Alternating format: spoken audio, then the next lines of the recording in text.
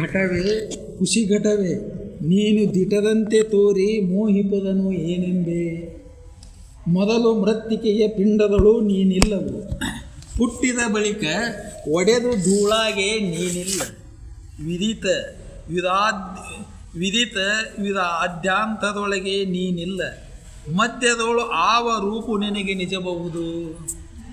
ನರರ ಮುಖದ ನುಡಿ ಮಾತ್ರದ ಇರವಿನಿಂದೆ ಪರಿಕಲ್ಪಿತ ಆಕಾರದಿಂದೆ ವಿವೇಕ ವಿರಹಿತರಿಗೆ ಪರಮಾರ್ಥವೆನಿಸಿ ತೋರ್ಪೆ ಪರಕಿಸಲೆಂದು ನಿನಗುಂಟೆ ತೋರ್ಕೆ. ಇಲ್ಲೆನಿಸದ ತೋರದ ಅಡಗದ ಮೃತ್ತಿಕೆಯಲ್ಲದೆ ನಿನ್ನ ನೆಲ್ಲೆಯು ಕಾಣೆನೋ ಅರಸಿ. ಉಳ್ಳ ಮೃತ್ತಿಕೆಯಂತೆ ಶಂಭುಲಿಂಗವೇ ಜಗವೆಲ್ಲವೂ ನಿನ್ನಿಂದ ಆದುದು ಇಂತು. ಘಟವೇ ಖುಷಿಘಟವೇ ನೀನು ದಿಟದಂತೆ ಮೋಹಿಪುದನು ಏನೆಂಬೆ.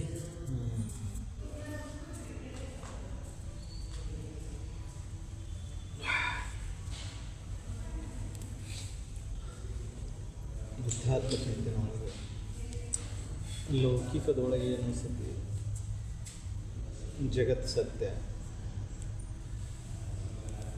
ಇದು ಶಾಶ್ವತ. ವಿಜ್ಞಾನನ ತಿಳ್ಕೊಂಡಿದ್ದು ಜಗತ್ತು ಸತ್ಯ ಅಂತ ಹಿಡ್ಕೊಂಡು ವಿಜ್ಞಾನ ಕೆಲಸ ಮಾಡಿ. ಋಷಿಮುನಿಗಳನ್ನು ನೋಡಿದರೆ ಈ ಜಗತ್ತು ನಿತ್ಯ, ಸದ್ವಸ್ತು ಇದಕ್ಕೆ ಆಧಾರವಾಗೈತೆ ಅಂತ ಋಷಿಮುನಿಗಳು ಹೇಳಿ, ಅದಕ್ಕೆ ಇವರು ಉದಾಹರಣೆ ಕೊಟ್ಕೊಂಡು ಹೇಳ್ಕೊಂತ ಹೊಂಟಾರೆ. ಎಷ್ಟು ಮಿತ್ತಿದ್ರು ಎಷ್ಟು ಸತ್ಯದಂಗೆ ತೋರಿಸ್ತಲ್ಲ, ಇದ ಮಾಯ. ನಿತ್ಯ ಇದ್ದರೂ ಸತ್ಯ ಅನ್ನಿಸ್ತದೆ, ಸುಳ್ಳಿದ್ರೂ ಕರುಣೆ ಅನ್ನಿಸ್ತದೆ. ಅದಕ್ಕೆ ಅವರು ಚಂದನ ಉದಾಹರಣೆ ಕೊಟ್ಟು ಆ ಉದಾಹರಣೆ ಮೂಲಕ ತಿಳಿತಿತ್ತೇನೋ ಅಂತ ತಿಳಿಸಬೇಕು ಅಂತ. ಈ ದೇಹ ತೊಗೊಂಡ್ಕೊಳ್ಳೆ ನಮ್ಗೆ ಏನಿಸ್ತತಿ, ದೇಹ ಭಾವದೊಳಗೆ ನಿಂತ್ಕೊಂಡು ನೋಡಿದಾಗ ಇದು ಸತ್ಯನ ಅನ್ನಿಸ್ತದೆ. ನಾವೆಲ್ಲ ದೇಹಿಗಳು ಆಗಿದ್ದರಿಂದ, ದೇಹವನ್ನು ನಾನಂತ ನಂಬಿದ್ರಿಂದ ಇದನ್ನು ಬಿಟ್ಟು ವಿಚಾರ ಮಾಡುವಂಥ ಶಕ್ತಿ ನಾವು ಪ್ರವೇಶಿಸ್ಕೊಂಡಿಲ್ಲ. ಸಾಮಾನ್ಯವಾಗಿ ಏನಾಕೈತಿ, ಇದನ್ನು ಜನ್ಮ ಜನ್ಮಾಂತರ ಸಂಸ್ಕಾರ ಬಲದಿಂದ ಒಂದು ಬಂದಿದ್ದಾದರೆ ಈ ಜನ್ಮ ಸಂಸ್ಕಾರ ಬಲದಿಂದ ಈ ಶರೀರ ಭಾವ ಗಟ್ಟಿಯಾಗಿರ್ತದೆ. ಅದಕ್ಕೆ ಈ ಜಗತ್ತಿನೊಳಗೆ ಮನುಷ್ಯನಿಗೆ ಅಷ್ಟೇ ಇದು ಯಾಕೆ ಪ್ರಾಮುಖ್ಯತೆ ಕೊಡ್ತಾರಪ್ಪ ಅಂದರೆ ಇದನ್ನು ವಿಚಾರ ಮಾಡಿ ತಿಳ್ಕೊಳ್ಳುವಂಥ ಸಾಮರ್ಥ್ಯ. ಅಕಸ್ಮಾತ್ ಮನುಷ್ಯನಿಗೆ ವಿಚಾರ ಮಾಡೋ ಸಾಮರ್ಥ್ಯ ಇರಲಿಲ್ಲ ಅಂದರೆ ಈ ಪ್ರಶ್ನೆನೇ ಬರ್ತಿರಲಿಲ್ಲ. ಪಶು ಪಕ್ಷಿ ಪ್ರಾಣಿ ಹೆಂಗದಾವಲ್ಲ ಹಂಗೆ ಒಂದು ಜೀವಿ ಆಗಿ ಬದುಕು ಹೋಗ್ಬಿಡ್ತೀವಿ. ಮನುಷ್ಯನಿಗೆ ಈ ಸತ್ಯ ಅಸತ್ಯವನ್ನು ವಿಚಾರ ಮಾಡುವಂಥ ಸಾಮರ್ಥ್ಯ ಇದ್ದಿದ್ದರಿಂದ ಇದನ್ನು ಋಷಿಮುನಿಗಳು ಆ ಸಾಮರ್ಥ್ಯವನ್ನು ಪಡೆದು ಅನುಭವಿಸಿ ಹೇಳ್ಯಾರ. ಸಾಮಾನ್ಯನಿಗೆ ಈ ಅನುಭವ ನಿಲ್ಕೋದಿಲ್ಲ. ಸಾಮಾನ್ಯನಿಗೆ ಈ ಜಗತ್ತು ಮಿಥ್ಯ, ಈ ಶರೀರ ಮಿಥ್ಯ ಅಂತ ಹೇಳಿಕೊಳ್ಳೋಣ ತಿಳಿದಿಲ್ಲ. ಯಾಕೆ ತಿಳಿದಿಲ್ಲ ಅಂದ್ರೆ ಜಡಮತಿ ಹಾಕೊಂಡು ಕುಂತಾರೆ. ಈಗ ಉದಾಹರಣೆಗೆ ಅವ್ರು ಕೊಟ್ಟಿದ್ದೇನಪ್ಪ, ಮಡಿಕೆ ಉದಾಹರಣೆ ಕೊಡ್ತಾರೆ. ಮಡಿಕೆ ತೋರೈತಿ ಅಥವಾ ಪುಡಿಕೆ ತೋರೈತಿ, ಹರಿವಿ ತೋರೈತಿ, ಏನು ಪಾತ್ರೆಗಳನ್ನು ಏನೇನು ಮಾಡ್ಯಾರಲ್ಲ ಮಣ್ಣಿನಿಂದ ಅವೆಲ್ಲ ಕಾಣಕತ್ತ ಅವನ ಹೆಸರಿಟ್ಟು ಕರಿತೀನಿ. ಮೊದಲು ಇದ್ರ ಇರಲಿಲ್ಲ, ಆದಿದೊಳಗೂ ಇಲ್ಲ, ಅಂತ್ಯದೊಳಗೂ ಇಲ್ಲ, ನಡುವಷ್ಟೇ ತೋರೈತಿ. ಮೊದಲು ಇದ್ದು, ಕೊನೆಗೂ ಇದ್ದು, ನಡುವು ಇದ್ದು, ಯಾವಾಗ ಇರೋದನ್ನು ನೀ ಮರೆತು ಬಿಟ್ಟು ಯಾವುದು ನಡುವು ತೋರುತ್ತಲ್ಲ ಅದನ್ನಷ್ಟೇ ಹಿಡ್ಕೊಂಡು ಕೂತಿ ಹಂಗೆ ಈ ಶರೀರನೂ ಐತಿ ನೋಡು ಅಂತ ಹೇಳ್ತಾರೆ. ಪಾತ್ರೆ ಮಣ್ಣಿನಿಂದ ಆಗೈತಿ, ಹರಿವಿ ಮಣ್ಣಿನಿಂದ ಆಗೈತಿ, ಕುಡಿಕೆ ಮಣ್ಣಿನಿಂದ ಆಗೈತಿ. ಆ ಮಣ್ಣಿನಿಂದ ತೋರಿದಂಥ ವಸ್ತುಗಳನ್ನು ಸತ್ಯ ದಿಟ ಅಂತ ಹಿಡ್ಕೊಂಡು ಕೂತಿ, ಹರಿವಿ ಮಡಿಕೆ ಅನ್ಕೊಂತ ಕೂತಿ. ಅದು ಮೊದಲು ಮಣ್ಣಿತ್ತು, ಪಾತ್ರೆ ಆದಾಗ ಮಣ್ಣನ ಐತಿ, ಕೊನೆಗೂ ಮಣ್ಣನ ಇರ್ತೈತಿ. ಮೊದಲು ಧೂಳ, ನಡುವು ಧೂಳ ಐತಿ, ಪಾತ್ರೆ ಒಡೆದ ಮೇಲೆ ಧೂಳ ಐತಿ. ಅರ್ಥಾರ್ಥ ಏನಪ್ಪ ಅಂದ್ರೆ ಈ ಶರೀರನೂ ಹಂಗೈತಿ ಅಂತ ನೀನು ತಿಳ್ಕೊಳಕ್ಕೆ ಬರುವಲ್ಲ. ನಡು ಹಿಡ್ಕೊಂಡು ಕುಂತು ಬಿಟ್ಟು ಈ ಶರೀರ ನಾನು ಅಂತೇಳಿ ಈ ಶರೀರವನ್ನು ಅದಕ್ಕೆ 3 ಅವಸ್ಥೆಗಳನ್ನು ಪರಿಶೀಲನೆ ಮಾಡೋದು. ಅದಕ್ಕೆ ಅಷ್ಟೇ ಅಲ್ಲ ಅನ್ನೋದ ನಿನ್ನ ಜೀವನ ಕ್ರಮದೊಳಗೆ ಬಾಲ್ಯಾವಸ್ಥೆ, ಯೌವನಾವಸ್ಥೆ, ಮುಪ್ಪಾವಸ್ಥೆ, ಈ ಅವಸ್ಥೆಗಳು ಬರ್ತಾವೆ. ಇದನ್ನು ಪರಿಶೀಲನೆ ಮಾಡ್ಕೋ. ಮೊದಲಿದ್ದಂಗೆ ಶರೀರ ಈಗಿಲ್ಲ, ಈಗಿದ್ದಂಗೆ ಶರೀರ ಮುಂದಿರೋದಿಲ್ಲ, ಮುಂದಿದ್ದಂಗೆ ಕಡೆಗೆ ಉಳಿದಿಲ್ಲ, ಮೊದಲು ಇಲ್ಲ ಕಡೆಗೂ ಇಲ್ಲ, ನಡುವಷ್ಟೇ ತೋರೆಡತೈತಿ ಶರೀರ. ಪಂಚವಾಯುಭೂತಗಳಿಂದ ಆದಂಥ ಶರೀರ ಪಂಚವಾಯುಭೂತಗಳಲ್ಲೇ ಲೀನಕ್ಕೈತಿ. ಆದರೆ ಮನುಷ್ಯ ಇದನ್ನು ಸತ್ಯ ಅಂದ ಇದಕ್ಕೆ ಆಧಾರವಾಗಿರತಕ್ಕಂಥ ಸದ್ವಸ್ತುನ ಮರೆತ. ಮೊದಲೂ ಇತ್ತು, ಈ ಜನ್ಮ ಬರುಕಿನ ಪೂರ್ವದಲ್ಲೂ ಇತ್ತು, ನಂತರನೂ ಇರ್ತದೆ. ಇದು ಮೊದಲಿದ್ದದ್ದು ಯಾರು ನೋಡ್ಯಾರ್ರಿ, ಕೊನೆಗೆ ಯಾರು ನೋಡ್ಯಾರ ಅಂತ ಪ್ರಶ್ನೆ ಬರ್ತದೆ. ಜನ್ಮಾಂತರವನ್ನು ಯಾರು ನೋಡ್ಯಾರ? ಅದಕ್ಕೆ ಸಾಕಷ್ಟು ನಮ್ಮ ಹಿಂದೂ ಧರ್ಮ ಗ್ರಂಥಗಳನ್ನು ತಗೊಂಡಾಗ ಸಾಕಷ್ಟು ಗ್ರಂಥಗಳಲ್ಲಿ ಉಲ್ಲೇಖ ಬರ್ತಾವೆ. ಆಮೇಲೆ ಈ ಧರ್ಮ ಗ್ರಂಥಗಳ ಉಲ್ಲೇಖವನ್ನು ಬಿಟ್ಟರೂ ಸದ್ಯಕ್ಕೆ ಕೆಲವೊಂದಿಷ್ಟು ಮಂದಿಗೆ ಅನುಭವನೂ ಆಗ್ತೈತಿ. ಯಾರ್ದು ಅತ್ಯಂತ ಸೂಕ್ಷ್ಮಮತಿಗಳಾಗಿರ್ತಾರ ಅವರಿಗೆ ಜನ್ಮಾಂತರದ ನೆನಪಾಗ್ತದೆ, ಅನುಭವಕ್ಕೆ ಬರ್ತದೆ. ಜಡಮತಿಗಳಾದವಾಗ ಜಡ ಶರೀರ ಈ ಶರೀರದೊಳಗೆ ಕುಂತವಾಗ ಇದನ್ನು ಬಿಟ್ಟು ಮತ್ತೊಂದು ಯಾವುದೋ ಅನುಭವಕ್ಕೆ ಬರೋದು. ಯಾರಿಗೆ ಶರೀರ ಭಾವದಿಂದ ದೂರ ನಿಂತ್ಕೊಂಡು ನೋಡೋಕೆ ಶುರು ಮಾಡ್ತಾರೆ ಅವಾಗ ಎಷ್ಟು ಶರೀರಗಳು ಬಂದವು, ಎಷ್ಟು ಶರೀರಗಳು ಹೋದವು ಎಲ್ಲಕ್ಕೂ ಸಾಕ್ಷಿಯಾಗಿ ನಿಂತು ನೋಡ್ತಿರ್ತಾನ. ಕೃಷ್ಣ ಪರಮಾತ್ಮ ಅರ್ಜುನ್ಗೆ ಅದನ್ನೇ ಹೇಳ್ತಾನೆ, ಬಂಧು ಮಿತ್ರರು ಸತಿ ಎಲ್ಲರೂ ಇಲ್ಲಿ ಅದಾರ, ಯುದ್ಧದೊಳಗೆ ನನ್ನ ಗುರುಗಳು ಅದಾರ, ಬಂಧು ಮಿತ್ರರು ಅದಾರ, ಒಡಹುಟ್ಟಿದವರು ಅದಾರ, ಇವರೆಲ್ಲರ ಮೇಲೆ ಯುದ್ಧನ ಹೆಂಗೆ ಮಾಡಲಿ ಅಂತ ಪ್ರಶ್ನೆ ಮಾಡಿದಾಗ ಕೃಷ್ಣ ಪರಮಾತ್ಮ ಅದನ್ನೇ ಹೇಳ್ತಾನೆ, ನೀನು ಇವತ್ತಿನ ಈ ಶರೀರ ನೋಡಕತ್ತಿ, ಹಿಂದೆ ಬಂಧು ಮಿತ್ರರನ್ನು ಎಷ್ಟು ಮಂದಿನ ಜನ್ಮ ಜನ್ಮಾಂತರ ಬಿಟ್ಕೊತ ಬಂದಿವೋ ಹುಕ್ಕೊಂತ ಬಂದಿವೋ ಗೊತ್ತಿಲ್ಲ. ಅದಕ್ಕೆ ನೀ ಧರ್ಮದ ಆಚರಣೆಯನ್ನು ಮಾಡು, ಈ ಆಕಾರಗಳನ್ನು ನೋಡಕ್ಕೆ ಹೋಗಬಾರ್ದು. ಅದೇ ರೀತಿ ನೋಡಿದಾಗ ನಮ್ಮ ಎಲ್ಲ ಧರ್ಮಗ್ರಂಥಗಳಲ್ಲಿ ಈ ಉಲ್ಲೇಖ ಅದ. ಉಪನಿಷತ್ತುಗಳಲ್ಲಿ ಸಣ್ಣ ಸಣ್ಣ ಕಥೆಗಳು ಬರ್ತಾವೆ. ಹಿಂದೆ ಯಾವ ಜನ್ಮದಾಗ ಬಂದಿದ್ದ, ಮುಂದೆ ಯಾವ ಜನ್ಮದಾಗ ಬಂದ ಸಣ್ಣ ಕಥೆಗಳು ಸಾಕಷ್ಟು ಅದಾವೆ. ಈ 21ನೇ ಶತಮಾನ ಈ ಶತಮಾನದಾಗ ಕೆಲಸ ಉದಾಹರಣೆಗಳು ಸಿಗ್ತಾವೆ. ಅಷ್ಟೇ ಯಾಕೆ ಅಜ್ಜವ್ರು ಪುನರ್ಜನ್ಮ ಒಂದು ಪುಸ್ತಕ ಬರೆಸಿದ್ರಲ್ಲ, ಅದ್ರಾಗ ನೋಡಿದ್ರೆ ನೀವು ಸಾಕಷ್ಟು ಉದಾಹರಣೆಗಳು. ಶಿವಾನಂದಪ್ಪ ಅವ್ರ ಶಿಷ್ಯರಿಗೆ ನಿಮ್ಮನ್ನ 25 ಜನ್ಮ ಹೊತ್ಕೊಂಬರಾಕತ್ತೆ. ಆರ್ಯವಿಡಿಯವ್ರಿಗೆ ನಿರಂಜನಪ್ಪ ಅವರು 13 ಜನ್ಮ ಆತಂತೇಳಿ ಅವ್ರಿಗೆ ಅಂತಾರೆ. ಅರ್ಥಾತ್ ಏನಪ್ಪ ಅಂದ್ರೆ ಮನುಷ್ಯನ ಜನ್ಮಗಳು ಕರ್ಮಕ್ಕನುಸಾರವಾಗಿ ಬರ್ತಿರ್ತಾವೆ, ಹೋಗ್ತಿರ್ತಾವೆ. ಶರೀರಗಳು ಬರ್ತಾವು, ಶರೀರಗಳು ಹೋಗ್ತಾವೆ. ಆದ್ರೆ ಆತ್ಮ ಅರಿವು ಸಾಕ್ಷಿ ಅನ್ನೋದು ಯಾವಾಗ ಒಂದೇ ಐತಿ, ಅದರಲ್ಲಿ ಬದಲಾವಣೆ ಆಗಿಲ್ಲ. ಮನುಷ್ಯ ಇದನ್ನು ಸತ್ಯವನ್ನು ಬಿಟ್ಟು ಅಸತ್ಯದ ನಂಬ್ಕೊಂತ ಹೋಗ್ತಾನೆ. ಅದಕ್ಕೆ ಮಾಯೆ ಅಂತಾರೆ. ಇದು ಸುಳ್ಳಿದ್ರು ಸತ್ಯ ಅನ್ನಿಸ್ತೈತೆ. ಸಾಮಾನ್ಯನಿಗೆ ಇದು ಸುಳ್ಳು ಅಂತ ನಂಬಕ ಆಗುವುದಿಲ್ಲ. ಮತ್ತು ಎದಕ್ಕೆ ದುಃಖಿ ಆಗ್ತಾನಂದ್ರೆ ಇದೋ ಒಂದು ಕಾರಣದಿಂದ ದುಃಖಿ ಆಗ್ತಾನೆ. ಮನುಷ್ಯ ಸಾಮಾನ್ಯವಾಗಿ ದುಃಖಿ ಆಗೋದು ಎದಕ್ಕಂದ್ರೆ ಇದು ಏನು ಸುಳ್ಳನ್ನು ಸತ್ಯ ಅಂತ ನಂಬ್ಕೊಂಡು ಕುಂತಾನಲ್ಲ, ಇದರಿಂದ ದುಃಖಿ ಆಗ್ತಾನೆ. ಈ ಶರೀರ ನಾನಂತ ನಂಬ್ಕೊಂಡು ಕುಂದಿರ್ತಾನೆ. ಈ ಶರೀರ ನೀನಂತ ನಂಬಿದಿ, ಇದರಿಂದ ಸಂಸಾರ ಶುರು ಆಗ್ತೈತಿ, ಇದರಿಂದ ಸುಖ ದುಃಖದ ಭಾವಗಳು ಶುರು ಆಗ್ತಾವು, ಇದರಿಂದ ಎಲ್ಲ ಶುರು ಆಗಿಬಿಡ್ತದೆ. ಈ ಶರೀರ ದಶೆಯಿಂದನೇ ಇದೆಲ್ಲ ಶುರು ಆಗೈತಿ. ಶರೀರ ದಶೆಯಿಂದನೇ ಹಸು ಕೃಷಿಗಳ ಬಾಧೆ, ಹುಟ್ಟು ಮತ್ತು ಸಾವು. ಇದರ ಜೋಡಿ ಇದ್ರ ಆಧಾರವಾಗಿರ್ತಕ್ಕಂಥ ಆ ಸದ್ವಸ್ತುನ ನೀನು ನೆನೆದಿದ್ದಾದ್ರೆ ಈ ಎಲ್ಲ ಬಾಧೆಗಳು ತನ್ನಿಂದಾನ ದೂರಕ್ಕಾಗ. ಇದಕ್ಕೆ ಪೂರ್ವಕವಾಗಿ ನಿಜಗಳು ಮತ್ತೊಂದು ಕಡೆ ಭಾಗ ತನ್ನೊಳು ತೋರಲು ಪರಮಾರ್ಥ ಬೋಧಿ ನೆಲೆಗೊಂಡು ನಿಂದ ಮೇಲೆ. ಅರ್ಥಾತ್ ಏನಪ್ಪ ಅಂದ್ರೆ ಸುಳ್ಳು ಸತ್ಯ ಅಂತ ಹಿಡ್ಕೊಂಡು ಕೂತು ಎಲ್ಲಿವರೆಗೆ ಇರ್ತೀವಿ ಅಲ್ಲಿವರೆಗೆ ದುಃಖ ಇದ್ದಿದ್ದ. ಯಾವಾಗ ನೀ ಸತ್ಯವನ್ನು ತಿಳಿತಿ ಆ ಕ್ಷಣದಿಂದ ದುಃಖ ಮಾಯ. ಈ ಸುಳ್ಳು ನಂಬಿದಾಗ ದುಃಖ ಆಗೋದಕ್ಕೆ ರಜ್ಜು ಸರ್ಪ ನ್ಯಾಯ ಅಂತ ಹೇಳ್ತಾರೆ. ಮಾತು ಹಗ್ಗದಲ್ಲಿ ಹಾವು ಕಂಡಿದ್ದು. ಯಾಕೆ ದುಃಖ ಆಯಿತು? ಹಗ್ಗ ನೋಡಿ ವ್ಯಥೆ ಪಡುವಂಥ ಅವಶ್ಯಕತೆನೇ ಇದ್ದಿಲ್ಲ. ಸುಳ್ಳು ಅಜ್ಞಾನದಲ್ಲಿ ಮಬ್ಬಿನಲ್ಲಿ ತೋರಿದಂಥ ಹಾವು ಸತ್ಯ ಅನ್ನಿಸ್ತಿ. ಯಾಕೆ ಸತ್ಯ ಅನ್ನಿಸ್ತಿ? ಅಲ್ಲಿ ಮಬ್ಬೈತಿ. ಅಲ್ಲಿ ಕತ್ಲೈತಿ, ಅಲ್ಲಿ ಗಳಿಕಿಲ್ಲ, ನೋಡುವಂಥ ಸಾಮರ್ಥ್ಯ ಇಲ್ಲ. ಅದಕ್ಕೆ ಅದರ ಜೋಡಿ ಜನ್ಮ ಜನ್ಮಾಂತರ ಸಂಸ್ಕಾರ, ಹೀನ ಸಂಸ್ಕಾರ ಬಲದಿಂದ ವಿಷಯಾದಿಗಳಲ್ಲಿ ಮೋಹ ತುಂಬೈತಿ. ಆ ಮೋಹ ತುಂಬಿದ್ರಿಂದ ಈ ಸಂಸಾರನ ಸತ್ಯ ಅಂತ ಭಾಸಕ್ಕೆ ಹೋಗ್ತದೆ. ಹೆಂಗಲ್ಲಿ ಮಂದ ಬೆಳಕಿನಲ್ಲಿ ಗಾಳಿ ಬೀಸಿ ಕೂಲಿನ ಹಗ್ಗ ಸರದಾಡ್ದಂಗೆ ಎಷ್ಟು ಹಾವು ಅನಿಸ್ತೇವೆ, ಹಂಗೆ ಈ ಮಬ್ಬು ಸಂಸಾರದೊಳಗೆ ಬಿದ್ದಾಗ ಜನ್ಮ ಜನ್ಮಾಂತರ ಹೀನ ಸಂಸ್ಕಾರ ಬಲದಿಂದ ವಿಷಯಗಳಲ್ಲಿದ್ದಂಥ ವಾಸನಾ ರೂಪದಿಂದ ಅಲ್ಲಿ ಸುಖ ಆಯ್ತಾನೆ, ಇಲ್ಲಿ ಸುಖ ಆಯ್ತಾನೆ, ಆದ ಸುಖ ಆಯ್ತಾನೆ, ಇಲ್ಲಿ ಸುಖ ಆಯ್ತಾನೆ, ಸುಖವನ್ನು ಹೊರ ಹುಡುಕುವಂತ ಹೋಗ್ತಾನೆ ಮನುಷ್ಯ. ಜನ್ಮ ಜನ್ಮಾಂತರ ಸಂಸ್ಕಾರ ಬಲದಿಂದ ಅಜ್ಞಾನದಿಂದ ಇದು ಹುಡುಕುವಂತ ಹೋಗಿ ಕೊನೆಗೆ ಏನಕ್ಕಣ ಅಲ್ಲಿ ಸಂಸ್ಕಾರದ ಕೊರತೆಯಿಂದಾಗಿ ವಿಷಯಾದಿಗಳಲ್ಲಿ ಹುಡುಕುವ ಪ್ರವೃತ್ತಿ ಅದೇ ಗಟ್ಟಿಯಾಗಿ ಉಳಿದು ಬಿಡ್ತದೆ. ಇಂಥ ಕರ್ಮದಲ್ಲಿ ತೊಡಗಿದಾಗ ಕರ್ಮದ ಫಲವಾಗಿ ಮತ್ತೆ ಪುನರ್ಜನ್ಮಗಳು ಬರ್ಕೊಂತ ಹೋಗ್ತಾವೆ.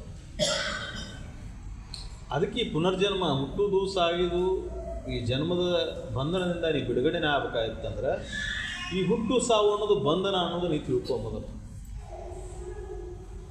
ಹುಟ್ಟು ಸಾವು ಅನ್ನೋದು ನಡುವೆ ಏನಕ್ಕತ್ತಲ್ಲ ಈ ಅವಧಿ ಬಂಧನದ ಅವಧಿ.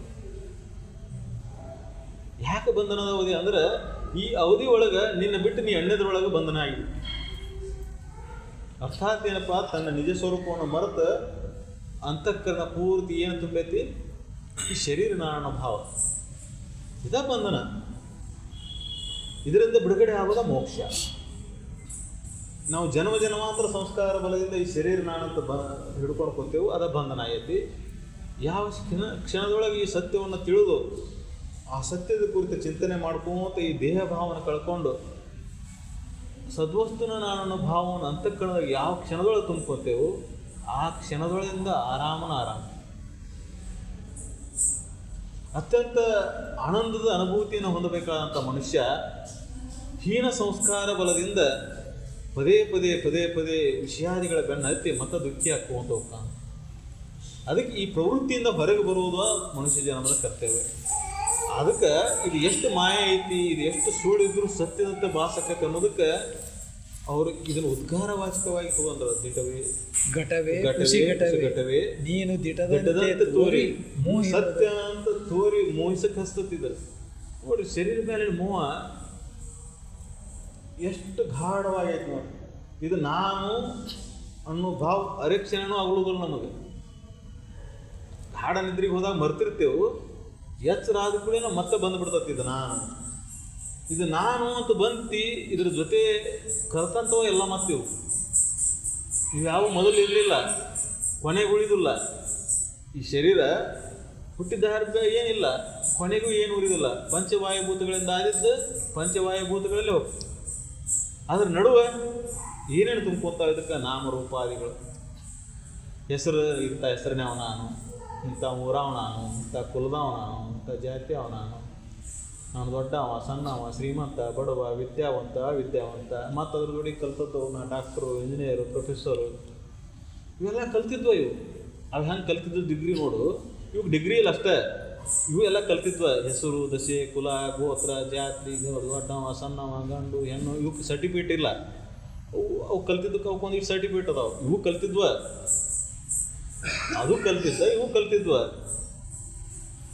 ಈ ಕಲ್ತಿದ್ದನ್ನ ಸತ್ಯ ಅಂತ ಹಿಡ್ಕೊಂಡು ಕೂತು ಬಿಟ್ಟಾನ.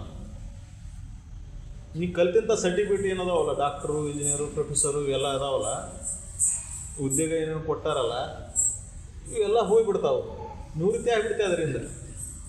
ಇಲ್ಲ ಅವ್ನು ಜೋರನ್ನ ಜಡ್ ಬರೀತಂದ್ರೆ ನೀ ಕಲ್ತಿದ್ದೆಲ್ಲ ಮರೆತು ಹೋಗಿಬಿಡ್ತತಿ. ಎಲ್ಲ ಎಷ್ಟು ಮರಿತೈತಂದ್ರೆ ಹೆಸರು, ಕುಲ, ಜಾತಿ, ಗೋತ್ರ ಎಲ್ಲ ಮರೆತು ಹೋಗಿಬಿಡ್ತಾವ. ಅಂದ್ರೆ ಇವೆಲ್ಲ ಕಲ್ತಿದ್ದು ಮರೆತು ಹೋಗುವ ಒಂದು ದಿನ. ಶರೀರ ಇದ್ದಾಗ ಮರಿತಾವ, ಶರೀರ ಹೋದ್ಮೇಲೆ ಏನು ಉಳಿತಾವ. ಶರೀರನ ಮರೆತು ಹೋಗೋದು ಒಂದು ದಿನ ಇತ್ತು. ಈಗ 4-5 ತಲೆಮಾರಿ ಹಿಂದಿನಾರು ಯಾರು ನೆನಪಿಟ್ಟಿರಪ್ಪ ನಿಮ್ಮ ಮನೆಯಲ್ಲ, ನೆನಪಿಲ್ಲ. ಎಷ್ಟು ಬಡ್ದಾಡ್ತೀರಿ ನೋಡಿ, ನಮ್ಮ ಮನೆಯಲ್ಲ, ನಮ್ಮ ಜಾತಿ, ನಮ್ಮ ಕುಲ, ನನ್ನ ಮಕ್ಕಳಿಗೆ, ನನ್ನ ಮೊಮ್ಮಕ್ಕಳಿಗೆ ಮುಗಿದು ಹೋಯ್ತದ. 3 ತಲೆಮಾರು ಅಂದ್ರೆ ಮುಗಿದು ಹೋಗ್ಬಿಡ್ತದೆ. ಅರ್ಥಾತ್ ಏನಪ್ಪ ಅಂದ್ರೆ ಜನ್ಮ ಜನ್ಮಾಂತರ ಸಂಸ್ಕಾರ ಬಲದಿಂದ ನಾವು ಇದನ್ನ ಏನು ಸುತ್ತಮುತ್ತಲಿಂದ ಏನು ಪ್ರಪಂಚ ಏನೈತಲ್ಲ ಇದನ್ನು ಸತ್ಯ ಅಂತಲೇ ಭಾಸಕತ್ತೆ ನಮಗೆ. ಸ್ಥಿರ ಶಾಶ್ವತ ಅಂತನ ಭಾಷಕತೆ ಕರೆಯಣ ಅನಿಸ್ತತಿ, ಹೌದೌದು ಅನಿಸ್ತತಿ. ಎಲ್ಲಿವರೆಗೆ ಶರೀರ ಗಟ್ಟಿರ್ತೈತೆ ಅಲ್ಲಿವರೆಗೆ ಬಡದಾಡ್ತಾನೆ ಸಂಬಂಧ. ವಿವೇಕವಂತಗೆ ಸ್ವಲ್ಪ ತತ್ವ ಚಿಂತನೆಗಳ ಶಾಸ್ತ್ರದ ಏನು ಒಲವಿದ್ದ ನಾವು ಕೇಳಿದ್ನಂದ್ರೆ ಅವಾಗಾರ ತಿಳಿಯಕ್ಕೆ ಶುರು ಆಗ್ತದೆ. ಇದನ್ನು ಯಾವಾಗ ಕೇಳಬೇಕು ಅವಾಗ ಕೇಳಿರಲಿಲ್ಲ ಅಂದ್ರೆ ಮುಂದಿನ ಆಯುಷ್ಯದೊಳಗೆ ಏನೈತಲ್ಲ, ಅರ್ಥಾತ್ ಏನಪ್ಪ ಅಂದ್ರೆ ಶರೀರ ಕ್ಷೀಣಿಸಿದ ಮೇಲೆ ಈ ಚಿಂತನೆಗಳು ಬರಲಿಲ್ಲ ಅಂದ್ರೆ ಮನುಷ್ಯ ಭಾಳ ದುಃಖಿ ಆಗ್ತಾನೆ. ಸತ್ಶ್ರವಣವನ್ನು ಸತ್ಸಂಗವನ್ನು ಶರೀರ ಗಟ್ಟಿದ್ದಾಗ ಮಾಡ್ಬೇಕು. ಯಾಕಂದ್ರೆ ಮುಪ್ಪಾವಸ್ಥೆಯೊಳಗೆ ನೀವು ಧೈರ್ಯ ತಂದು ಕೊಡ್ತದೆ.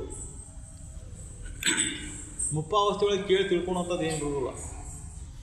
ಇದನ್ನೆಲ್ಲ ಜೀವನ ತತ್ವವನ್ನು ಇದನ್ನು ತಿಳ್ಕೊಂಡಿದ್ದಾದ್ರೆ, ತತ್ವ ಚಿಂತನೆಗಳನ್ನು ಜೀವನ ಪರ್ಯಂತ ಮಾಡ್ಕೊತ ಬಂದಿದ್ದಾದ್ರೆ, ಶರೀರ ಕ್ಷೀಣಿಸಿದಾಗ ಜಗತ್ತಿನ ವಿಷಯಾದಿಗಳ ಮೋಹಕ್ಕೆ ಬೆನ್ನು ಹತ್ತಲಾರ್ದನ ಜೀವನವನ್ನು ಮಾಡ್ಕೊತ ಹೋದಾಗ ಆತ್ಮಸ್ಥೈರ್ಯ ಅನ್ನೋದು ಬರ್ತದೆ. ನಾನು ಸದ್ವಸ್ತುನ ಅದೇನಿ, ಸಚ್ಚಿಂತನೆ ಅದೇನಿ ಅಂತ ಈಗ ಹೇಳಿದ ತಿಳಿಲಿಲ್ಲ ಅಂದರೂ ಸದ್ಯಕ್ಕೆ ಶರೀರ ಏನು ಹಾಸಿಗೆ ಮೇಲೆ ಬೀಳ್ತತ್ತಲ್ಲ ಅವಾಗ ನೋಡಕ್ಕೆ ಹಸ್ತತಿದ್ದು. ಈ ಚಿಂತನೆ ಅವಾಗ ಬರೋಕ್ಕೆ ಶುರು ಆಕ್ಕಾವು. ಅಕಸ್ಮಾತ್ ಈ ಚಿಂತನೆ ಮಾಡೋಲ್ಲ, ಭಾಳ ಚಿಂತನೆ ನೀನು ಜೀವನ ಪರ್ಯಂತ ಮಾಡಿದ್ದಾದ್ರೆ ಅದ ಚಿಂತೆ ಬರೋಕ್ಕೆ ಶುರು ಆಕತ್ತಲ್ಲ. ಯಾಕೆ ಇಂದ್ರಿಯಗಳ ಕೆಲಸ ನಿಂತು ಬಿಟ್ಟಿರ್ತಾವೆ. ಎದ್ದು ಹೋಗ್ಬೇಕಂದ್ರೆ ಶರೀರ ಸಾಥ್ ಕೊಡ್ತಿರೋದಿಲ್ಲ. ಇಂದ್ರಿಯಗಳು ಬಂದಾಗಿರ್ತಾವೆ, ಕಣ್ಣು ಕಾಣೋದಿಲ್ಲ, ಕಿವಿ ಕೇಳೋದಿಲ್ಲ. ಅವಾಗ ಏನು ನಡೀತೈತಿ? ಮನುಷ್ಯನ ಆಟ ಒಂದ ನಡೀತಿರ್ತೈತಿ. ಇಲ್ಲದೆಲ್ಲ ಆಲೋಚನೆಗಳ ವಿಚಾರಗಳು ಬರೋಕ್ಕೆ ಶುರು ಆಗ್ತಾವೆ. ಆವಾಗ ಅತ್ಯಂತ ದುಃಖಿ ಆಗ್ತಾನೆ ಮನುಷ್ಯ. ಯಾಕಂದ್ರೆ ನಾನು ನಂದು ಅಂತ ಎಷ್ಟು ಬಡದಾಡಿದ್ಮೇಲೆ ಈ ಸಂಸಾರಕ್ಕಾಗಿ, ಈ ಸಂಸಾರ ಎಷ್ಟು ದಿವಸ ಐತಲ್ಲಪ್ಪ ಇದು. ಎಲ್ಲರೂ ವಿಷಯ ವಸ್ತುಗಳಿಗೆ ಬಡದಾಡ್ತಾರೆ. ಮಡದಿ ಮಕ್ಕಳು ಸುತ್ತರು ಬಂಧು ಮಿತ್ರರು ಎಲ್ಲರೂ ಎದಕ್ಕೆ ಬಡದಾಡಕತ್ತಾರಪ್ಪ ಅಂತ ನೋಡ್ತಾನೆ. ಈ ತತ್ವ ಚಿಂತನೆಯನ್ನು ಜೀವನ ಪರ್ಯಂತ ಮನೆಯಾಗ ಕಟ್ಟಿ ಕುಂತ್ಕೊಂಡು ಎಲ್ಲ ಬಂಧು ಮಿತ್ರರ ಜೋಡಿ ಮಾಡಿದ್ದಾದ್ರೆ ಆ ವಿಷಯಾದಿಗಳಿಗೆ ಮಹತ್ವ ಕೊಡೋದಿಲ್ಲ. ಆ ವಾತಾವರಣ ನಂಗೆ ಸೃಷ್ಟಿ ಆಕತಿ. ವಿಷಯಾದಿಗಳಿಗೆ ಮಹತ್ವನ ಕೊಡೋದಿಲ್ಲ. ಶ್ರೀಮಂತಿಗೆ ಬರ್ತೈತಿ, ಶ್ರೀಮಂತಿಗೆ ಹೋಗ್ತತಿ. ರೊಕ್ಕ ರೂಪಾಯಿ ಬರ್ತಾವು ಹೋಗ್ತಾವು. ಯಾವುದು ಮುಖ್ಯ? ಸದ್ವಸ್ತು ಸಚ್ಚಿತಾನಂತ ಸ್ವರೂಪದ ಕುರಿತು ಚಿಂತನೆ ಮಾಡ್ಕೊಂತ ಸತ್ಯವನ್ನು ನೆನಪುವಂತ ಇವೆಲ್ಲ ತೋರಿಕೆಗಳ ಮೇಲಿನ ಮೋಹವನ್ನು ಕಳೆದು ಹಾಕಿದಾಗ ಇಲ್ಲಿ ಇರ್ತಕ್ಕಂಥ ಸದ್ವಸ್ತು ಒಂದೇ ಐತಿ, ಅದು ಪರಮಾತ್ಮ ಸ್ವರೂಪಣ ಅಂತೇಳಿ ಸೇವಾ ಸತ್ಕರ್ಮಗಳಲ್ಲಿ ಮನುಷ್ಯ ಭಾಗಿಯಾಗ್ತಾನೆ. ವಿಷಯದ ಹಪಹಪಿ ಇಲ್ಲ ಅಲ್ಲಿ. ನಮಗೆ ಈ ಲೌಕಿಕ ಚಿಂತನೆಯೊಳಗೆ ಬಹಳ ಮುಳುಗಿ ಅಧ್ಯಾತ್ಮದ ಚಿಂತನೆ ಕೊರತೆಯಿಂದ ಏನಾಗತೈತಿ? ವಿಷಯಾದಿಗಳಿಗೆ ಮಹತ್ವ ಕೊಟ್ಕೊಂಡು ಹೋಗ್ತೀವಿ. ಜೀವನದೊಳಗೆ ವಿಷಯಾದಿಗಳಿಗೆ ಮಹತ್ವ ಹೆಚ್ಚಿಗೆ ಹಾಕುವಂತ ಯಾಕೆ ಹೊಂಟತ್ತಂದ್ರೆ ಈ ಮೌಲ್ಯಗಳನ್ನು ಮರ್ಕೋತ ಹೊಂಟಾನ ಮನುಷ್ಯ. ಯಾವಾಗ ಈ ಚಿಂತನೆಯಲ್ಲಿ ನಾವು ಮುಳುಗ್ತೇವೆ, ಯಾವಾಗ ಈ ಚಿಂತನೆಯಲ್ಲಿ ನಾವು ತೊಡಗ್ತೇವೋ ಜೀವನ ಭಾಳ ಸರಳ ಆಗಿದೆ. ನೀ ಈ ಚಿಂತನೆ ಇಲ್ಲದ ಜೀವನ ಮಾಡಿ ಸಾವಿರಾರು ಕೋಟಿ ಗಳಿಸು, ವಿಶ್ವದ ಅಧಿಪತಿಯಾಗು, ಆದರೂ ಸದ್ಯಕ್ಕೆ ಈ ಚಿಂತನೆ ಇರಲಿಲ್ಲ ಅಂದ್ರೆ ದುಃಖ ಆವರಿಸಿ ಬರ್ತದೆ. ಸಾವಿರಾರು ಕೋಟಿ ಒಡೆಯನಾದ್ರೆ ಇದನ್ನ ಹೆಂಗೆ ಬಿಟ್ಟು ಹೋಗಬೇಕು ಅನ್ನೋ ಚಿಂತೆ ಕಾಡ್ತತಿ. ಇದನ್ನು ಮುಂದಿನವರು ಸರಿ ನಡೆಸ್ಕೊಂಡು ಹೋಗ್ತಾರ ಇಲ್ಲ ಅನ್ನೋಂಥ ಚಿಂತೆ ಆವರಿಸ್ಕೊತತಿ. ಇದು ಯಾವ್ದಾರ ಪಾಲಾಗಬೇಕತ್ತಲ್ಲ ಅನ್ನೋಂಥ ಚಿಂತೆ ಆವರಿಸ್ಕೊತತಿ. ಮತ್ತು ಇಷ್ಟೆಲ್ಲ ಇದ್ದು ನನಗೆ ಇದಕ್ಕಾಗಿ ಬಡದಾಡ್ತಾರಲ್ಪ, ನನ್ನ ಯಾರು ನೋಡವಲ್ರ ಅನ್ನೋ ಚಿಂತೆ ಆವರಿಸ್ಕೊತ. ಇದಕ್ಕೆ ಮಹತ್ವ ಕೊಡಬೇಡ ನೀನು. ಆ ತತ್ವ ಚಿಂತನೆಗೆ ಮಹತ್ವ ಕೊಟ್ಟಿದ್ದಾದರೆ ಸತ್ಸಂಗ, ಸಜ್ಜನರ ಸಂಘದೊಳಗೆ ನೀನು ಬೆರೆಯುವಂಗೆ ಮಾಡ್ತದೆ. ಸಜ್ಜನರ ಸಂಘದೊಳಗೆ ನೀನು ಉಳಿಯಂಗೆ ಮಾಡ್ತದೆ. ಆ ಸಜ್ಜನರ ಸಂಘ ಅಂದರೆ ಏನಪ್ಪ ಅದರ ಮಹತ್ವ ಇರುತ್ತೆ? ಈ ಹೊರಗಿನ ಲೌಕಿಕ ವಿಷಯಗಳಿಗೆ ಮಹತ್ವ ಕೊಡುವಂಗಿಲ್ಲ. ಎಲ್ಲರೂ ಆ ಶಿವಾನಂದನ ಸ್ವರೂಪನನ್ನು ಭಾವ, ಭೇದ ಭಾವ ಅನ್ನೋದು ಅಳದು ಹಾಕ್ತೈತಿ. ಯಾವಾಗ ಜ್ಞಾನದ ತುದಿಗೆ ಬರ್ತಿ ಭೇದ ಭಾವ ನಾಶ ಆಕತಿ. ಅಜ್ಞಾನದೊಳಗೆ ಇವೆಲ್ಲ ಘಟದ ತೋರ್ತಾವೆಲ್ಲ, ಇವೆಲ್ಲ ತೋರ್ತಾವೆ. ದೊಡ್ಡವ ಸಣ್ಣವ, ಶ್ರೀಮಂತ ಬಡವ, ನಾನು ನೀನು ಅನ್ನೋ ಭೇದ ಭಾವ ತೋರ್ತಾವೆ ಅಜ್ಞಾನದೊಳಗೆ. ಈ ಅಜ್ಞಾನ ಅಳದು ಹೋದಾಗ ಎಲ್ಲ ಪರಿಶುದ್ಧ ಆತ್ಮಗಳ ಭೇದ ಭಾವ ಎಲ್ಲೈತಿ? ಇಲ್ಲಿ ನಂದು ನಿಂದು ಅನ್ನೋದು ಎಲ್ಲೈತಿ? ಎಲ್ಲ ಇರ್ತಕ್ಕಂಥದ್ದು ಒಂದ ಸದ್ವಸ್ತು ಒಂದ, ಅದು ಪರಮಾತ್ಮನ ಸ್ವರೂಪನ. ಎಲ್ಲ ಚೇತನಗಳು ಒಂದ. ಆ ಚೇತನ ಅನ್ನೋದು ಅನೇಕ ಇಲ್ಲ. ಈ ಚೇತನಗಳು ಅನೇಕ ಅದಾವು, ಆತ್ಮಗಳು ಅನೇಕ ಅದಾವು ಅನ್ನೋದು ಭಾಸಕತ್ತಷ್ಟೆ. ಅದಕ್ಕೆ ಮತ್ತೊಂದು ಮಡಿಕೆ ಉದಾಹರಣೆನ ಕೊಡ್ತಾರೆ. ಆತ್ಮಗಳು ಅನೇಕಿಲ್ಲ ಅನ್ನೋದಕ್ಕೆ ಮತ್ತೊಂದು ಉದಾಹರಣೆ ಕೊಡ್ತಾರೆ. ಅದು ಮಡಿಕೆ ಉದಾಹರಣೆನ.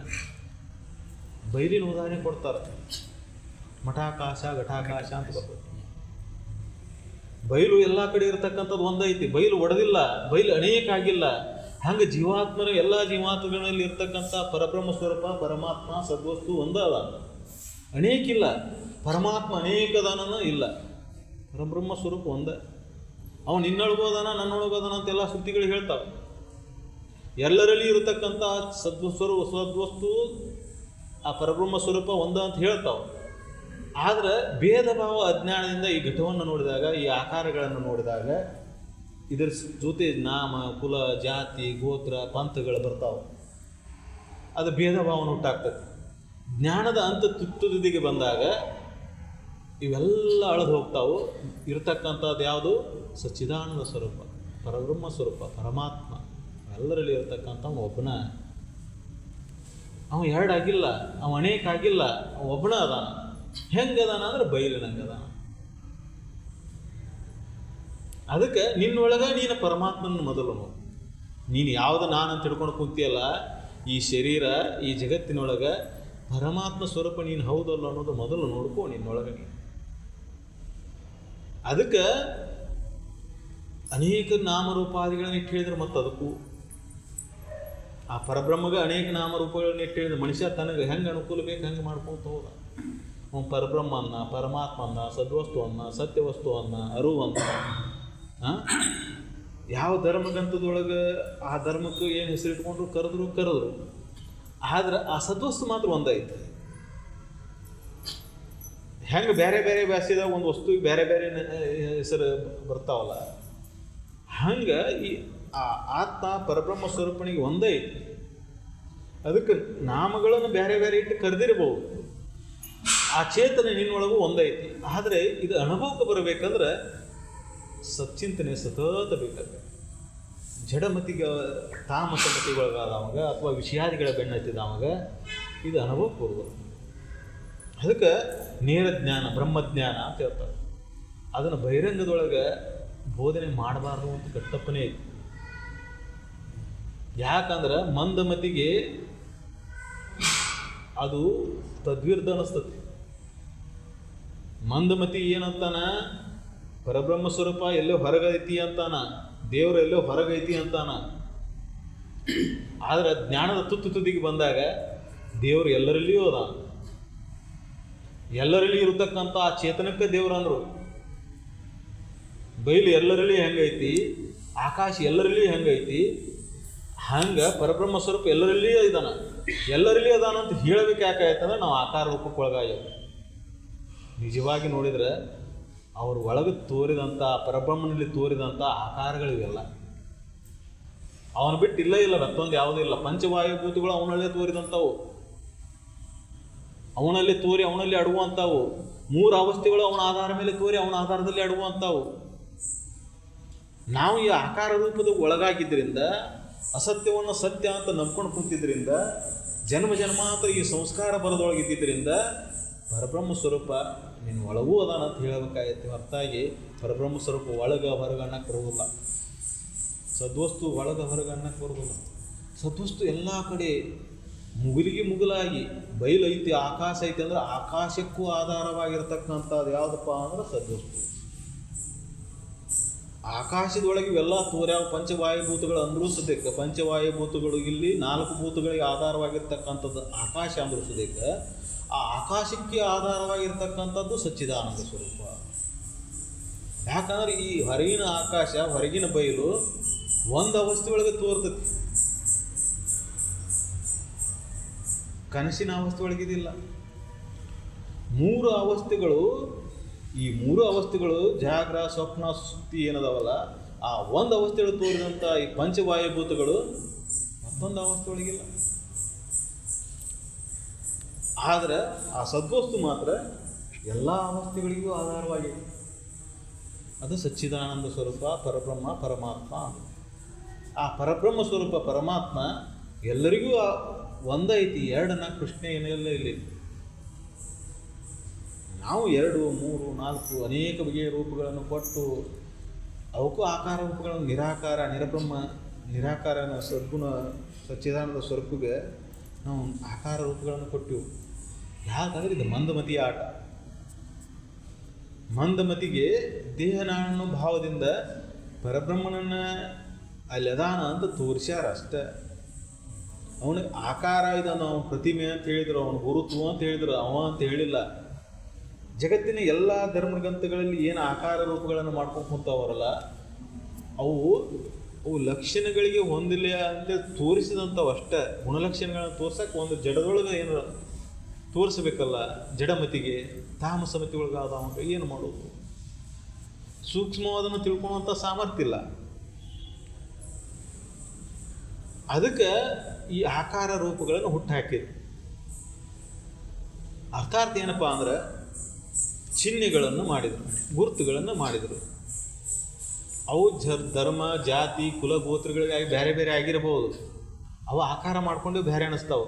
ಆದ್ರೆ ಮೂಲ ಉದ್ದೇಶ ಒಂದಾಗಿದೆ. ಇವೆಲ್ಲ ಪರಬ್ರಹ್ಮನ ಸ್ವರೂಪ, ಚೈತನ್ಯ ಸ್ವರೂಪದ ರೂಪಗಳು. ಇವೆಲ್ಲ ಇದರ ಆಧಾರವಾಗಿ ಇಟ್ಕೊಂಡು ಹೋಗಿದ್ರೆ ಅದನ್ನು ಮುಟ್ಟಕ್ಕೆ ಸಾಧ್ಯ ಐತಿ ನೀನು. ಅದಕ್ಕೆ ಇವನು ಆಕಾರ ರೂಪಗಳನ್ನು ಮಾಡಿದ್ರು. ಯಾಕಂದ್ರೆ ಜಡಮತಿಗೆ ತಾಮಸಮತಿಗಳಿಗಾಯನ, ಜಡಮತಿಗಳಿಗಾಯನ ಶರೀರ ನಾನು ಭಾವ ಕುಂತಾನ. ಮೊದಲು ಈ ಶರೀರವನ್ನು ಸಮರ್ಪಣೆ ಮಾಡಲಿ. ಎಲ್ಲಿ ಸಮರ್ಪಣೆ ಮಾಡಲಿ? ಸಚ್ಚಿದಾನಂದ ಸ್ವರೂಪ ಒಂದು ಐತಪ್ಪ, ನಿನ್ನ ಒಳಗೆ ಐತಿ. ನಿನ್ನ ಒಳಗೆ ಐತೆ ಅಂದರೆ ಅಜ್ಞಾನಿ. ನನ್ನ ಒಳಗೆ ಎಲ್ಲಿ ಐತಿ ಅಂತ ಮತ್ತೆ ಎಲುಬು, ಕೀಲು, ಚರ್ಮ ಇದನ್ನು ನೋಡ್ಕೊತ ಹೋಗ್ತಾನ. ನೋಡೋದಂದ್ರೆ ಹೆಂಗೆ ತಿಳ್ಕೊಂಡಾನ? ಕಣ್ಣಿನಿಂದ ನೋಡೋದಂತ ತಿಳ್ಕೊಂಡಾನ. ಈ ಪಂಚವಾಯುಭೂತಗಳಿಂದ ಹುಡುಕ್ಬೇಕಂತಾನ. ಈ ಪಂಚವಾಯುಭೂತಗಳಿಗೆ ನಿಲಕಲಾರದಂಥ ಸದ್ವಸ್ತು ನಮಗೆ ತಿಳಿಸೋದು ಹೆಂಗೆ? ಇವಾಗ ಅನುಭವಕ್ಕೆ ತಂದು ಕೊಡೋದು ಹೆಂಗೆ? ಅದು ಅತ್ಯಂತ ಕಠಿಣವಾದಂಥದ್ದು. ಅಂಥದನ್ನು ಅಜ್ಜವ್ರು ಸದ್ಬೋಧ ಚಂದ್ರಿಕ ಇಷ್ಟು ಚಂದ ಹೇಳ್ಕೊಂತ ಹೋಗ್ಯಾರ. ಅದನ್ನು ಓದ್ಕೊಂತ ಹೋದ್ರೆ ಮತಿ ಸೂಕ್ಷ್ಮ ಅಂತ ಬರ್ತದೆ. ಅದಕ್ಕೆ ಮೊದಲ ಪೂರ್ವಭಾವಿಯಾಗಿ ಆ ಸದ್ಬೋಧ ಚಂದ್ರಿಕೆ ಮುಟ್ಟುಕಿನ ಮೊದಲ ನೀತಿವತ್ತಾದ ಜೀವನ ಬೇಕಾಗ್ತದೆ. ನೀತಿವತ್ತಾದ ಜೀವನ, ಸಾತ್ವಿಕ ಗುಣಗಳನ್ನು ಬೆಳೆಸ್ಕೊಂಡು ಅದನ್ನು ಮುಟ್ಟಿದ್ರೆ ಅದು ತಿಳಿಯಾಕೆ ಶುರುವಾಗ್ತದೆ. ನಾವು ಹಂಗೆ ಓದಿದ್ರೆ ಮೇಲೆ ಮೇಲೆ ಮೇಲೆ ಮೇಲೆ ಸದ್ವಸ್ತುನ ಬಗ್ಗೆ ಹೇಳಿದಂಥದ್ದು ಅದನ್ನು ಅನುಭವದಿಂದ ನೋಡ್ಕೊತ ಹೋಗ್ಬೇಕಾಗತ್ತೆ. ನಾವು ಈ ಹೊರಗಿನ ಪ್ರಪಂಚದ ಹೆಂಗೆ ವಿಚಾರ ಮಾಡ್ತೇವೆ ಹಂಗೆ ವಿಚಾರ ಮಾಡ್ಕೊತ ಹೋಗ್ತೀವಿ. ಅನುಭವ ಹೊರಗಿನ ಜಗತ್ತಿನ ವಿಚಾರಗಳನ್ನು ಯಾವುದರ ಒಂದು ಅಳತಿಗೋಲಿಟ್ಟು ನೋಡ್ತೇವೆ ನಾವು. ಶ್ರೀಮಂತಿಕೆನ ಒಂದು ಅಳತಿಲಿಂದ ಅಳಿತೇವೆ, ಮತ್ತೊಂದನ್ನು ವಿದ್ಯೆಯನ್ನು ಮತ್ತೊಂದರಿಂದ ಅಳಿತೇವೆ. ಆದರೆ ಇದನ್ನು ಅಳೆಯಕ್ಕೆ ಬರೋದಿಲ್ಲ. ಇದನ್ನು ತಿಳಿಬೇಕಂದ್ರೆ ನಿನ್ನ ಮತಿ ಏನಾಗಬೇಕು? ಸೂಕ್ಷ್ಮ ಆಗೋದು. ಆ ಸೂಕ್ಷ್ಮ ಮತಿಗೆ ವಿವೇಕ ಅಂದ್ರೆ. ಅದು ವಿವೇಕ ಯಾವಾಗ ಜಾಗ ಹಾಕತಿ ಆವಾಗ ಇದು ತೋರ್ತಕ್ಕಂಥದ್ದೆಲ್ಲ ಸುಳ್ಳು ಅನ್ನೋದು ಗೊತ್ತಾಗ ಶುರುವಾಗ್ತದೆ. ಅಲ್ಲಿವರೆಗೆ ಸತ್ಯ ಅಂತಲೇ ಭಾಸಕತಿ, ಅಲ್ಲಿವರೆಗೆ ಇದ್ರೊಳಗೆ ಬಡದಾಡ್ಕೊಂತ ಕುಂದಿರ್ತಾನೆ. ಅದಕ್ಕೆ ನಾವು ಮೊದಲ ಮತಿಯನ್ನು ಪರಿಶುದ್ಧ ಮಾಡ್ಕೋಬೇಕು. ಅಂತಃಕರಣದೊಳಗೆ ರಾಗ ದ್ವೇಷಾದಿಗಳನ್ನು ವಿಚಾರದಿಂದ ತೆಗೆದು ಹಾಕ್ಕೊಂತ ಬರಬೇಕು. ಯಾವಾಗ ಇದು ಸಾಧ್ಯ ಐತಿ? ಈ ಸದ್ವಿಚಾರ ಸಚ್ಚಿಂತನೆ ಪುನಃ ಪುನಃ ಮಾಡಿದಾಗ ಮಾತ್ರ ನಮ್ಮಲ್ಲಿದ್ದಂಥ ದೋಷಗಳು ಕಡಿಮೆ ಆಗ್ತವೆ. ಮತ್ತೊಂದು ಬಹಿರಂಗದ ಆಚರಣೆಯಿಂದ ದೋಷಗಳ, ಅಂತಃಕರಣದ ದೋಷಗಳು ಕಡಿಮೆ ಆಗೋದಿಲ್ಲ. ಯಾವಾಗ ಈ ಅಂತಃಕರಣದ ದೋಷಗಳು ಕಡಿಮೆ ಆಗ್ತಾವೋ ಆವಾಗ ಆ ಸಚ್ಚಿದಾನಂದ ಸ್ವರೂಪ ಪರಬ್ರಹ್ಮ ನಿನ್ನ ಅಂತಃಕರಣದೊಳಗೆ ಐತಿ ಅಂತ ಹೇಳ್ತಾರೋ, ಎಲ್ಲದಕ್ಕೂ ಆಧಾರ ಐತಿ ಅಂತಾರೆ. ಅದು ಅನುಭವ ಪಡಿಸ್ಬೇಕು. ಅದನ್ನು ಅನುಭವಕ್ಕೆ ಮಾಡ್ಕೋಬೇಕಂದ್ರೆ ಸತತ ಪ್ರಯತ್ನದಿಂದ, ಅನನ್ಯವಾದ ಭಕ್ತಿ ಭಾವದಿಂದ ಯಾರು ತೊಡಗ್ತಾರ ಅವರಿಗೆ ಅನುಭವ ಪಡಿಸ್ಬೇಕು. ಅದ ಮನುಷ್ಯ ಜನ್ಮದ ಕರ್ತವ್ಯ. ಅದನ್ನು ಎಲ್ಲರೂ ಮಾಡಬೇಕು. ಸಕಲ